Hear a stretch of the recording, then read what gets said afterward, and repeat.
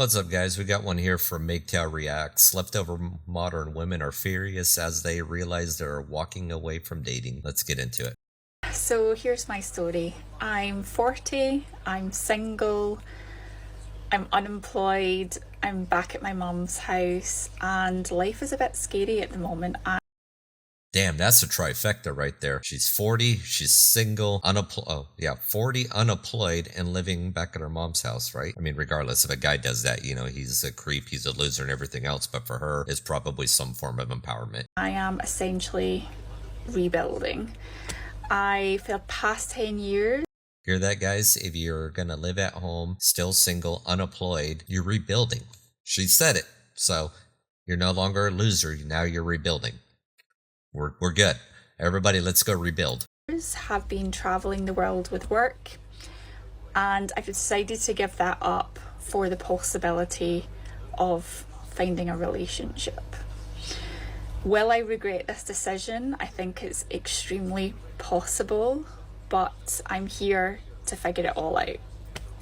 Why am I putting this on the internet for everyone to see? She wants attention and validation. Accountability. I don't know, there's a part of me that feels that by doing this, I'm in control of my situation right now, when the reality is I'm not, and I'm pretty scared at the moment. I'm dealing with a lot of anxiety and Yep, nothing screams solid life decision like quitting your job, moving back into your mom's basement to find love. I mean, seriously, I don't know what to say.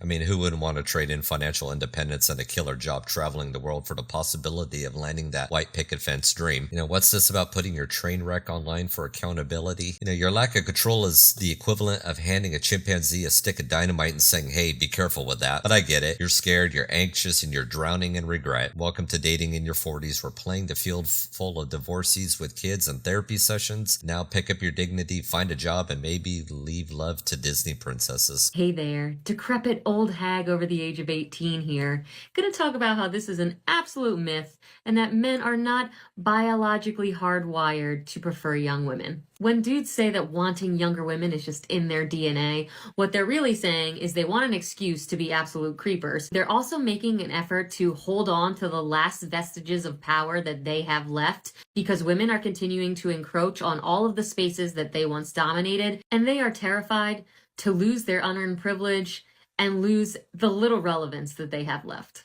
This myth has been perpetuated by evolutionary psychology, which is a widely criticized field because they don't do a good job of distinguishing between environmental and cultural explanations for things and adaptive evolutionary explanations for things. And they don't stand up to the rigorous standards of traditional evolutionary biology when it comes to providing causal evidence. There was this dude, David Buss, who in the late 80s did this study where he looked at men and women across 37 countries and observed that men typically go for younger women, women typically go for older men. And he hypothesized that it was because men were seeking women of peak fertility. But what's interesting is he didn't apply this same mode of thought for women because men also lose fertility as they age. Every year after the age of 20, they're becoming less fertile, and a 40-year-old dude will take at least 2 years to get a peak fertile woman pregnant. Okay, there is slight truth there. Very slight. Number one, if you're not taking care of yourself, so this is why we preach to the men, eat healthy, work out, take care of your body, because if you're eating McDonald's all day long, sitting on your ass and just gaining weight, yes, your fertility is going to go down, your sperm count's going to drop. So the ability to get somebody pregnant is going to become more challenging. This is why we always preach, get to the gym, work out, eat healthy, eat right, take good supplements if you're into supplements, vitamins, stuff like that. But the difference between the man and the woman is a man who takes care of himself can continue to get a woman pregnant until the day he dies. I mean, look at Mick Jagger. What is he, like in his 80s now, and he's married to somebody in their early 20s and they got a kid? Right there, that totally debunks her whole claim there. But again, like I said, there is slight truth. If you don't take care of yourself, yes, you're going to start having health problems, and yes, that is going to cause problems to the reproductive system, to your fertility, and then you can have issues. Now with a woman, different story. By the time you're hitting 35, you're looking at high-risk pregnancies, depending on what your genetics are like, how you're taking care of yourself. And then in one day, that clock is going to stop ticking. And then that's it. For a man, that's not the case. People that work in this field are often criticized for conflating what actually is with what they think ought to be.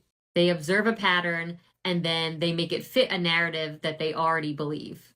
And this is why you'll often see evolutionary psychologists advocating against social change, and why Dr. Buss is often seen with Jordan Peterson chatting on the internet.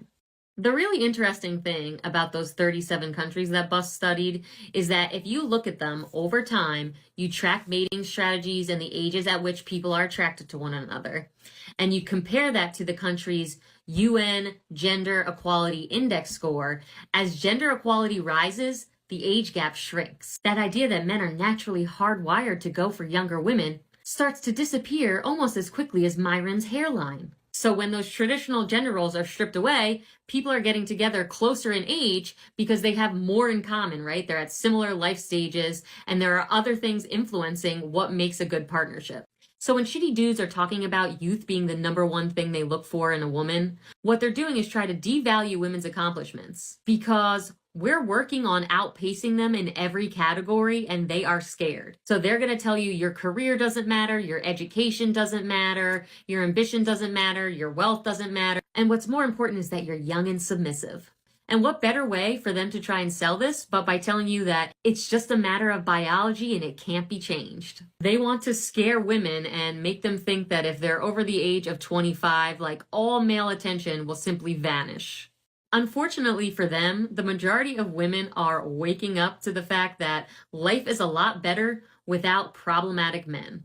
And so many women are realizing that y'all simply aren't worth the trouble. And the data supports this. Single, childless women are the happiest in society. They are happier being without men that treat them like dogs or are looking for replacement mommies. And I would be remiss if I did not acknowledge the fact that many of these men also suffer from crippling self-esteem issues. And the only way that they can feel more like a man and more like they have something of value is if they are controlling, manipulating, and abusing someone else. And often, that's women. Thank you, Dr. Phyllis, the self-proclaimed decrepit old hag who is here to enlighten us on her objective take on biology. I mean, clearly men are just predatory creeps who want younger women to maintain their power, not because it's, I don't know, hardwired into the human species after millions of years of evolution. I mean, those are her words about being creepy, not mine. You know, why date women in their peak reproductive years when you can settle for someone who might hit menopause halfway through the relationship? You know, let's ignore David Buss's studies spanning 37 countries because science is just inconvenient obstacle while we're too busy screeching about gender inequality. Seriously, gender equality erases the age gap? Please. You know, you ever been on Tinder? The 40-year-olds are still swiping right on 25-year-olds like it's a Black Friday sale. You know, what these feminists really hate is that they're running out of time and options, so they try to rewrite biology like a self-help book. I mean, hey, if men prefer younger women, maybe it's not a conspiracy, maybe it's just reality. And maybe you as an older woman should try getting younger men. Think about hag maxing. I don't know if dating apps existed, I don't know, but the influence was not there. You met someone in the wild. I met my ex-husband in the wild. It was a great time. The dating was beautiful. It was so non-toxic. It was great.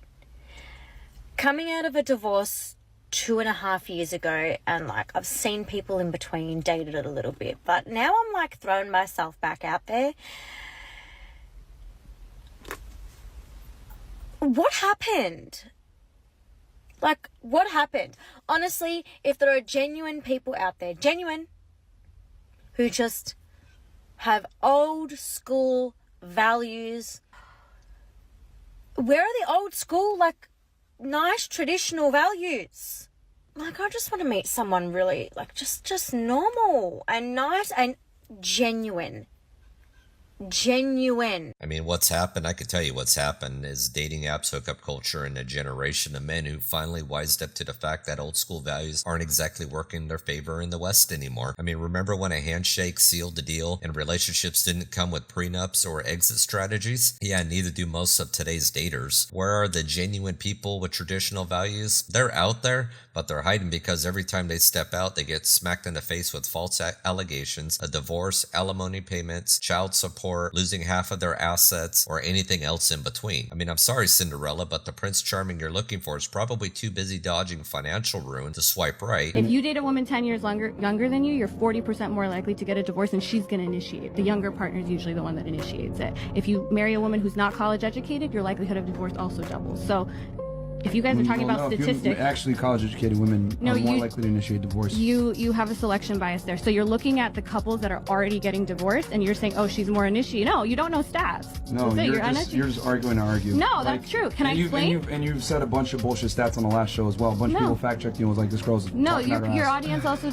looks up my fake name and thinks I'm not a lawyer. I have my bar card in my purse. I'm trying to say that your selection bias, let me explain it to you. If you're looking at couples who are already getting divorced and you're seeing who's more likely to initiate out of that crowd, that is not the same thing as looking at all married people in general, because you're only looking at the couples that are already getting divorced. College educated women are less likely to be in that group in the first place. Does that make sense to you? You know, divorce statistics, the intellectual background of failed relationships. I mean, marrying a woman 10 years younger means you've got a 40% chance of divorce. I mean, why? Because she's going to hit her prime and look at your aging dad bod and peace out? Of course, college-educated women are less likely to divorce, except they're also the ones who initiate divorce most of the time. I mean, funny how that works. And actually, the statistics of a college-educated woman initiating divorce is 65 to 70%. Think about that statistic. You know, it's like these stats are a Rubik's Cube of excuses for why modern relationships are a mess. I mean, the kicker is, as much as a feminist would like to harp about equality, at the end of the day, marriage is a business contract and women hold most of the bargaining power. And until that changes, men in the West are going to opt out of getting married, opt out of relationships, and opt out of dating, opt out of women completely, or they're going to grab their little blue book, their passport, and go to a country with far more traditional values, women that are more down to earth, less combative, and more about their traditional roles. If you're single right now, embrace it, enjoy it. Don't feel bad about it. Get healed up, get happy, and the right one will come when they're meant to come. Have hope, stay strong, and get right with yourself so you can get right with your next partner. Have a great day. So stay single, get healed, and the right one will come along. And while you're at it, throw in a penny in the well and make a wish. You know, this self-help nonsense is like the adult version of believing in Santa Claus. I mean, let's face it, the longer you stay single, the harder it gets to find someone. You know, the dating pool shrinks faster than a guy in a cold shower, and you're left with all the leftovers from other people's failed marriages. But hey, at least you're going to be healed, right? Until you're staring down the barrel of 50, clutching your cats like they're going to fill the void. All right. This whole dating thing, you know, I am 53. Just because I'm 53 doesn't mean that I'm old and put on a shelf. I thought she was pushing like her late 60s, early 70s, honestly, and she's 53. Damn, life hasn't been kind to her. This goes back to a comment that I saw the other day. Somebody wanted to school me on something I said about men aging like fine wine and women age like sour milk. My point has just been proven. Right there. Mic drop. I don't need to say anymore. I can run with the best of the 30-year-olds still. It's just a number, people.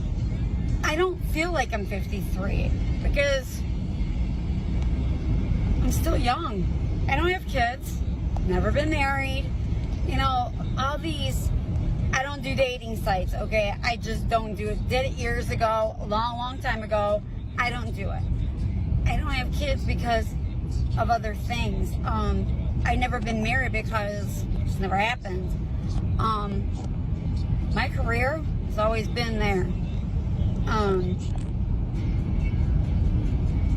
People don't give people a chance anymore. Her career's always been there. I guarantee she was the independent boss babe, I don't need no man bullshit that's out there. Take a long, hard look at this person, ladies. If that's the mentality you're going to carry, I don't need no man, man are trash, this, that, and everything else, when you're 53, you're going to look just like this. This is somebody who's had a hard life of getting ran through, and not alpha widowed once, but probably 50, 60 times. At this point, she just go into the retirement home and call it quits. This is where you're going to end up. It's like, you know, I own my own place, I own my own car, I pay my own bills. She owns her own place, her own car, pays her own bills. Good for you, you could do life. And here she is doing while she's driving, and she about ran off the goddamn road. You can hear the bzzzt. It's like is there any real people out there anymore? I mean, I get sent so much bullshit. And I'm like, it's like within 2 seconds you can tell somebody's BSing you. I've been around the block a little bit. I bet she has. I'm not gonna be somebody's sugar's mama, so don't think it's gonna happen, because it's not. I still believe in somebody opening my door for me, somebody being the man, but yet I'm still an independent woman. Damn. It's like, is there any real people out there anymore?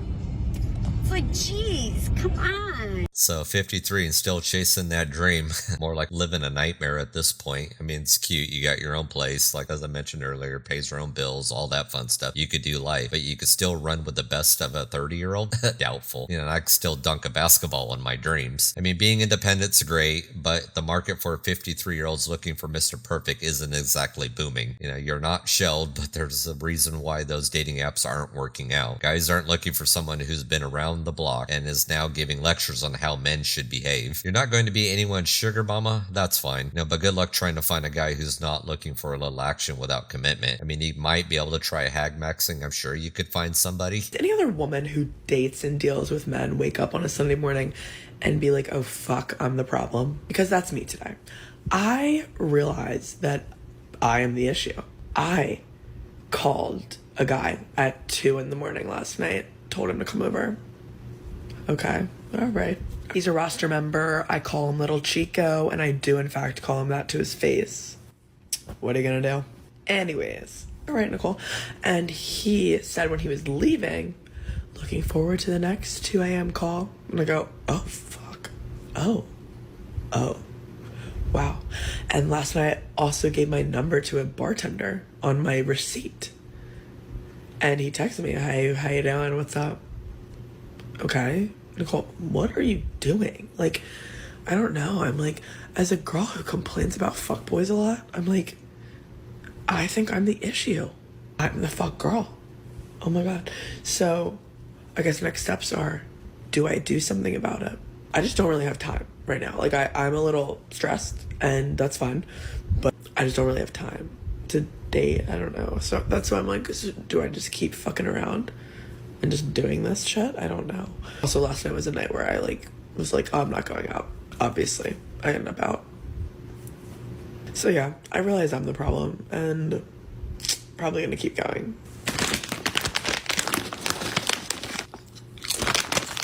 Love these chips. All right, bye. She finally had the epiphany that she's a problem, and I was really holding out hopes for her. And then, nothing. You know, it only took a series of booty calls at 2 a.m., texting a bartender to figure out that I'm the issue, she says. You know, it's like, no kidding. You're out here collecting guys like Pokemon cards and wondering why none of them are taking you seriously. It's like, do I keep just fucking around, as she puts it? You've already answered your own question. You don't want to date anyone seriously, and you're mad that the guys you're messing with aren't serious either. You know, maybe it's just time to stop treating relationships like a fast food menu and start acting like a grown-up. Or don't. You know, it's your choice. You know, just keep blaming men for being fuckboys while you play the game even harder.